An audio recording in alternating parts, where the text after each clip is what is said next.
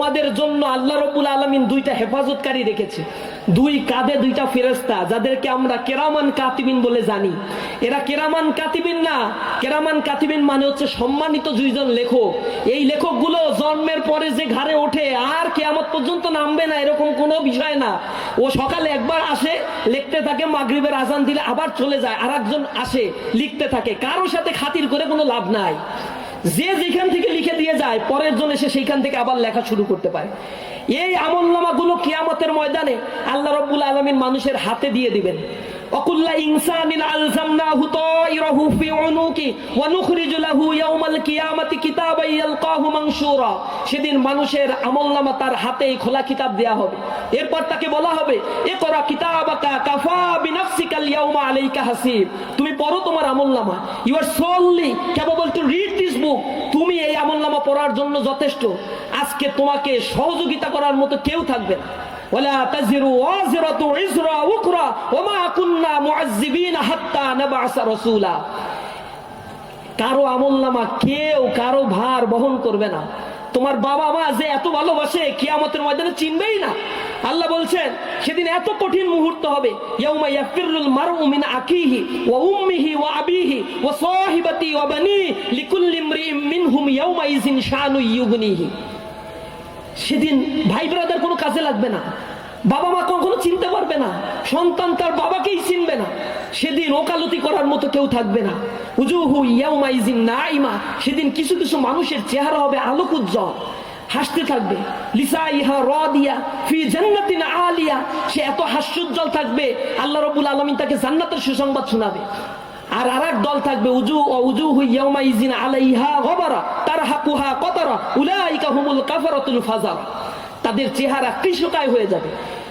এত কঠিন অবস্থা তাদের হবে, জাহান্নামের দিকে নিক্ষেপ করা হবে, পাগলের মতো হয়ে যাবে তারা। আল্লাহ রাসূল হাদিসের মধ্যে বলেছেন, সাবাতু ইউজিল্লুহুমুল্লাহু ফি জিল্লি ইয়াওমা লা জিল্লা ইল্লা জিল্লু ইমামুন আদিল ওয়া শাবুন নাশা ফি ইবাদাতিল্লাহি তাআলা ওয়া রাজুলুন কলবুহু মুআল্লাকুন ফিল মাসাজিদ ওয়া রাজুলান তাহাব্বান ফিল্লাহি ইজতামা আলাইহি ওয়া তাফাররাকা আলাইহি ওয়া রাজুলুন ইযা দাআতুহু ইমরাতুন যাতা হাসাবিন ওয়া জামালিন ক্বালা ইন্নী আখাফুল্লাহ। আল্লাহ রাসূল বলেছেন 7 শ্রেণীর লোককে আল্লাহ রাব্বুল আলামিন আরশের ছায়ার নিচে স্থান দিবে। সেদিন আল্লাহর আরশের ছায়া ছাড়া কোনো ছায়া থাকবে না। সূর্য সেদিন 1 বিঘাত উপরে থাকবে, কেউ বলছে 10 হাত উপরে, এর বেশি উপরে কেউ যায় নাই।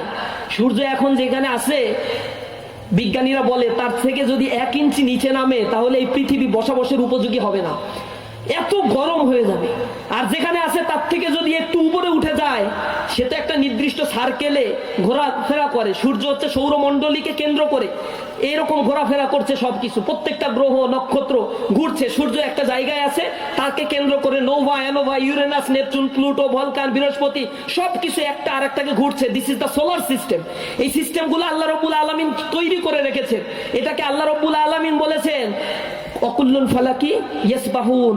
এই যে প্রত্যেকে নিজ নিজ কক্ষপথে অকুল্লু ফি ফালাকি ইয়াসবাহুন পরিভ্রমণ করে, কেউ নাই যে এটাকে আগে পিছে করে দেয়। তো বিজ্ঞানীরা বলছেন যেখানে সূর্য আছে তার থেকে একটু আপ ডাউন করলে পৃথিবী বসবাসের অনুপযোগী হবে, এত হিট হয়ে যাবে এই পৃথিবী। অথচ সেই সূর্য মাথার উপরে থাকবে, মানুষের মাথা টকবক করে ফুটতে থাকবে।